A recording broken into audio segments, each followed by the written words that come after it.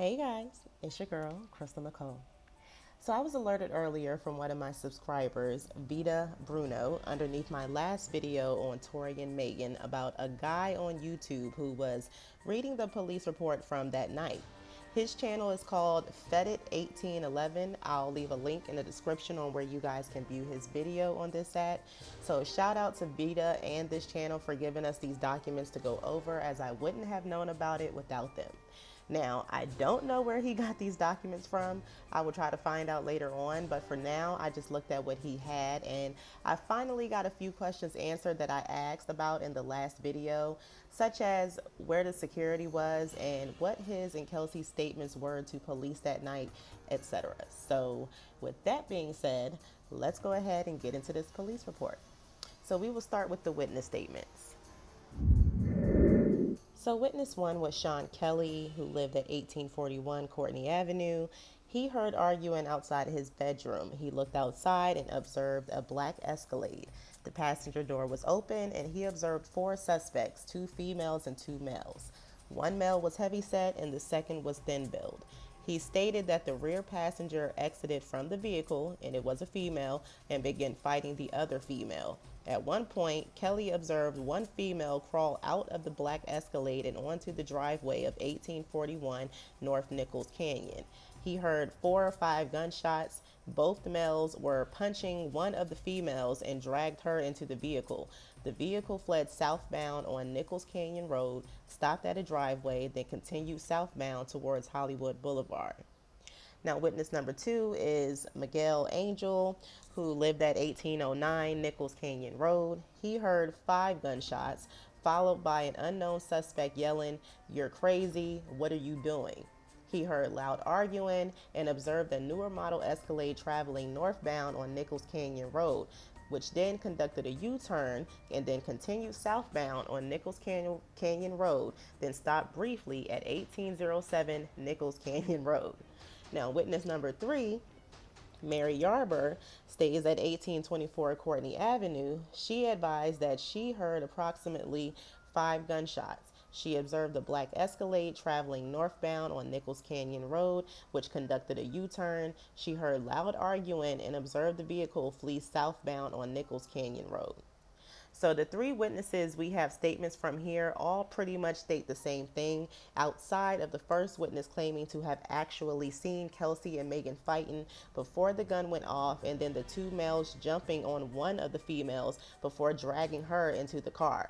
They all heard at least 4 to 5 gunshots, saw the car make a U-turn, heard loud arguing as they traveled southbound down the road. Now, we are missing witness statements 4, 5, and 6. There were 6 witnesses. They were not with the documents shown on Fedit's channel where I got this from, unless I missed them somehow. So we don't know what they saw or heard yet, but I'm sure that that will be revealed in due time.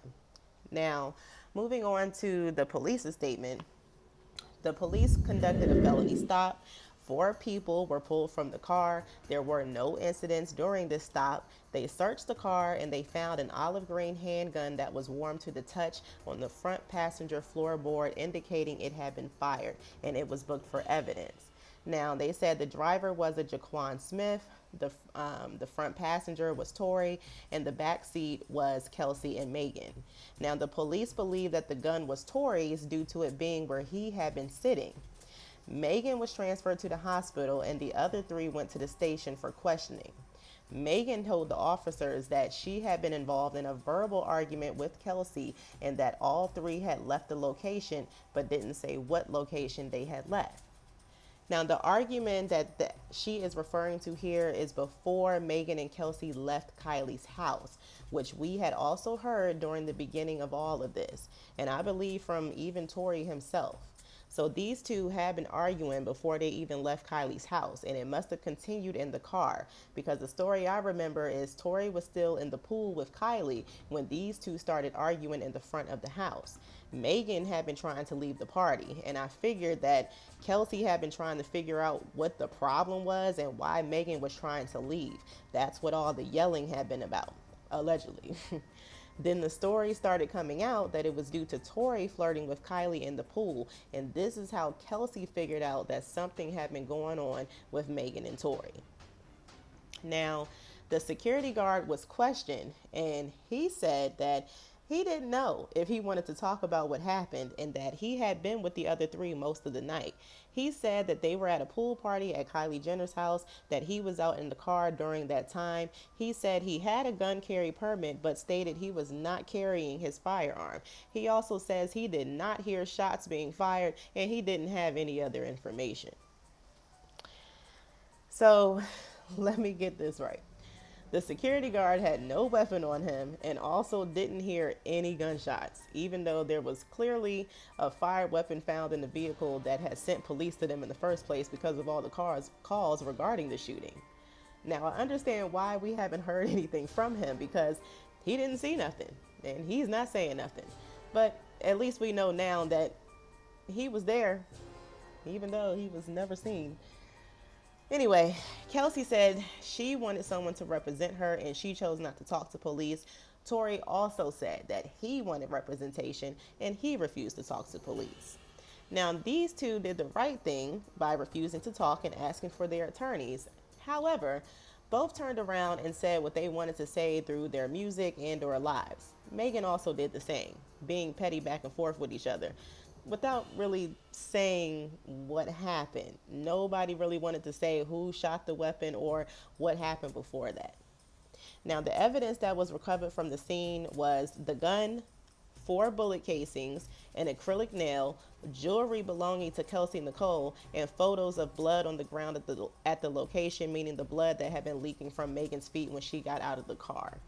Now, this says that there was an obvious fight between Kelsey and Megan, and what the first witness said may be what happened. And if that's the case, all evidence seems to point to Kelsey possibly being the shooter, allegedly. Her and Megan had been fighting before they even left Kylie's house, and this argument continued in the car according to Megan and what she told the detective, which led to a fight because Kelsey's jewelry was recovered and so was an acrylic nail. And from what we heard, the witness claimed the muzzle of the gun went off closer to Kelsey and she had gun residue on her hands. Tory did too, but if we go with my theory that one had been doing the shooting and the other had been trying to stop it, and line that up with Tory telling police on scene that he was just trying to protect his girl, that would explain why Tory had residue on his hands. Now, the issue is both Tory and Kelsey have denied doing the shooting. So it's still up in the air on who shot the weapon and if it was even intentionally fired at Megan when it was shot, or if Tory said what he said to Megan like she claimed before the gun went off. The other issue is whether or not Megan was even shot in the first place, as Megan was the one who claimed she stepped in glass, and this was confirmed apparently by the doctor who examined her in the hospital. Now, this info I don't see in the police report, but I did find earlier reports that there was broken glass found in the car due to a window being broken out of the car, which had made me speculate early on that Megan had put her foot through the window, which would explain the lacerations to the side of her left foot. Sorry if I said that wrong, lacerations.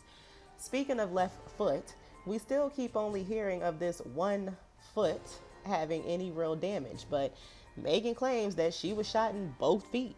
But we haven't seen the evidence of that second foot being damaged yet.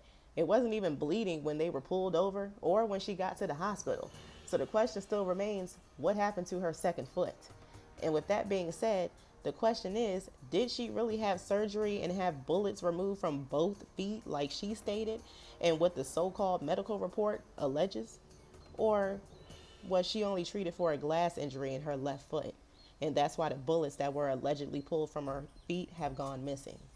Is that why she was able to party shortly after being shot and having surgery? Is that why only her left foot was bandaged and not the right? Because she was only injured in one foot and not by bullets? These are all legitimate questions we have a right to ask given the information coming out about this case.